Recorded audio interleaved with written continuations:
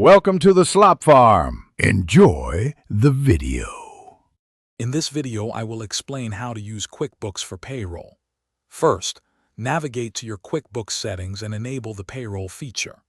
Next, you'll need to add all your employee information, including their personal details, pay rates, and crucial tax withholding data. Finally, set up your preferred pay schedules, whether weekly, bi-weekly, or monthly, and define different pay types like regular wages or overtime. This foundational setup ensures smooth payroll processing. Once your setup is complete, it's time to run payroll. Begin by entering the hours each employee worked, or confirm their fixed salary for the current pay period. QuickBooks will then automatically calculate gross pay, deductions, and net pay. Take a moment to thoroughly review these calculations for any discrepancies. After verification, simply approve the payroll, and QuickBooks will either print checks or send direct deposits to your employees' bank accounts. Managing payroll taxes is a critical step. QuickBooks simplifies this by automatically calculating all federal, state, and local payroll taxes based on your employee data.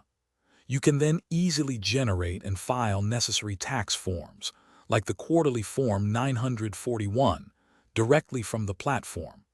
Remember to make your tax payments on time, which can often be done electronically through QuickBooks, ensuring you stay compliant with all tax regulations. Finally, let's cover reporting and year-end tasks.